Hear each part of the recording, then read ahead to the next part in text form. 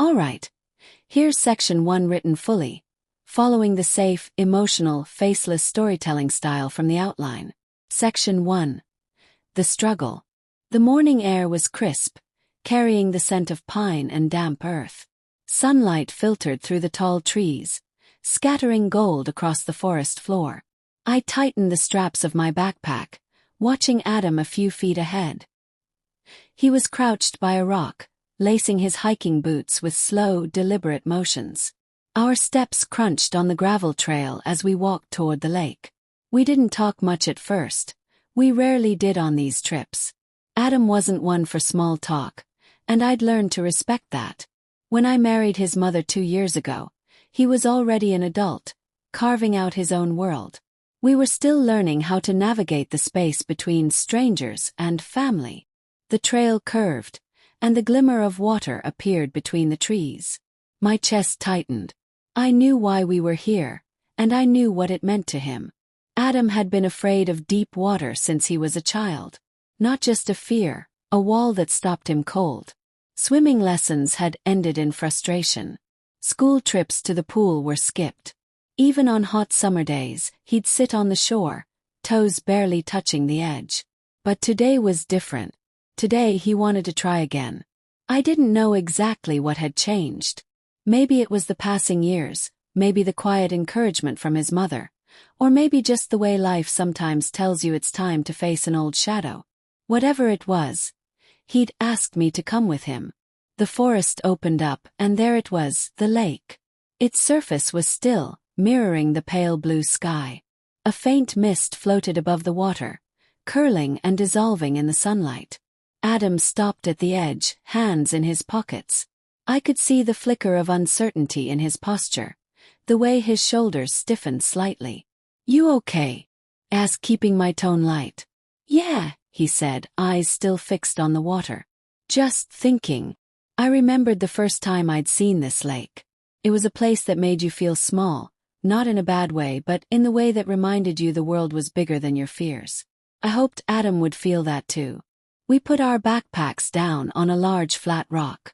The quiet was deep, broken only by the lapping of water against the shore. Adam crouched, dipping his fingers into the cold water. He stayed like that for a while, as if testing not just the temperature but his own resolve. I didn't rush him. I didn't tell him what to do. I just stood there, letting the silence hold us. He straightened slowly, eyes sweeping across the lake's expanse. Then, with a small exhale, he stepped closer to the water's edge. The moment had begun. Alright, here's section 2 continuing smoothly from where section 1 ended, keeping the faceless, emotional storytelling style. Section 2. The first attempt. The water was so clear near the shore that you could see every pebble beneath the surface. Sunlight danced in broken fragments, making the shallows shimmer like scattered coins.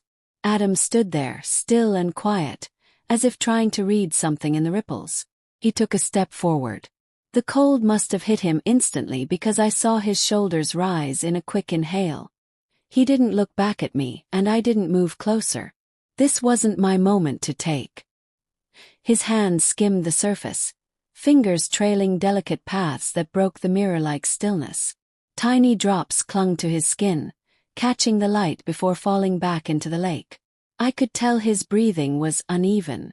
He was focusing maybe too much. I wanted to tell him to relax, to take it slow, but I bit my tongue.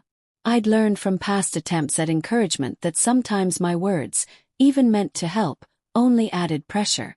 I thought back to a different day, a different fear, when Adam was learning to drive. I had sat in the passenger seat, hands clenched in my lap, watching him stall the car over and over. Each time he would glance at me with a frustrated frown, and each time I'd force myself to say only, "It's fine. Try again." Eventually he had. And eventually he'd smiled. Now, standing at the edge of the lake, I recognized the same stubborn set of his jaw. Adam crouched again, letting the water rise to his forearms. For a moment he closed his eyes. Then, without warning, he leaned forward and let himself float on his stomach. It lasted maybe 3 seconds before he jerked upright, splashing, his breath coming fast. I took one small step forward. "You all right?" I asked. He nodded, wiping water from his face. "Just felt weird. Too quick." I gave a small smile. "No rush. We're not in a hurry." Something in his expression softened. Not relief exactly, but the beginning of it. He walked back toward the rock, sat down, and stared out at the lake again.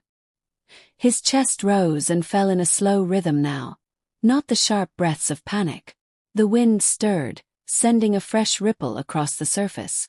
Birds called from somewhere in the trees. Adam's gaze followed the patterns in the water, his hands resting loosely on his knees.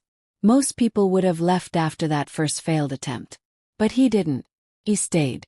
And in that quiet, I realized that staying was its own kind of progress. Here's section 3 carrying the story forward with the same calm, faceless, cinematic tone. Section 3, The Turning Point. The lake had settled again, its surface almost glassy except for the occasional breeze that scattered the reflections. Adam was still sitting on the rock, but his posture had shifted. He wasn't hunched over anymore. His shoulders were looser, his hands open on his knees. I stayed a few steps back, giving him space.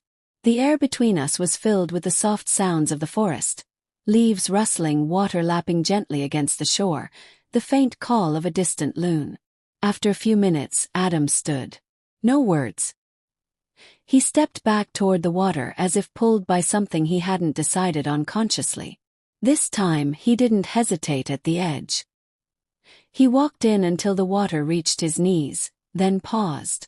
The sun had climbed higher, casting a warm light across the lake. It caught on the ripples around his legs, making them shimmer like liquid gold. Adam took another breath, slow this time, and moved deeper. I could see the focus in his movements. He wasn't rushing. Each step was deliberate, like he was listening to some internal rhythm. I finally spoke, my voice low and steady. "Go at your own pace. Enjoy it." He glanced over his shoulder briefly, then looked forward again. His face was calm, his jaw unclenched. He took 2 more steps until the water reached his waist. Adam stretched his arms out, letting them rest on the surface. The water held him gently, his fingers creating small waves as he moved them. He closed his eyes, tilting his head slightly toward the sun. For the first time that day, I saw no sign of strain or panic, only stillness. Then he leaned forward and began to float again. This time it wasn't a quick plunge and retreat. His body remained steady, his breaths even. He kicked gently, the water parting smoothly around him. It wasn't perfect. His form was clumsy, and now and then his head would lift for balance, but he didn't stop. I found myself holding my breath, not from worry but from the quiet weight of the moment. My mind flashed back to my own turning point years ago, standing in front of a crowded room before giving a speech I'd dreaded for weeks. The same feeling had hit me, that moment where fear didn't vanish, but it stopped controlling me. Adam straightened, water dripping from his hair, and looked toward the deeper part of the lake. There was a question in his eyes, not whether he could, but whether he was ready. I gave the smallest nod. The choice was his. Here's section 4, the emotional payoff and closing of the story, keeping the faceless, cinematic feel intact. Section 4, the breakthrough. Adam stood there, waist deep in the lake, the water gently rocking around him. For a few seconds, he simply breathed, eyes fixed on the open water ahead. The mist had burned away now, leaving the lake clear and endless beneath the blue sky. Then, without another glance back, he took a slow step forward. And another. The water climbed to his chest. I could see the change in his movements. Not hurried, not tense, just steady. His arms lifted slightly for balance, cutting smooth arcs in the water. The next step took him into the deeper part, where his feet no longer touched the bottom. He kicked gently, finding his rhythm. His strokes were far from perfect, but they were his. Each movement pushed him further out, the ripples trailing behind like a path marking how far he'd come. The sound of his splashing carried across the still air, blending with the faint rustle of the trees. I stayed on the shore, not calling out, not clapping, not breaking the moment with words. This was his victory to claim quietly. When he finally turned, he was a good distance out.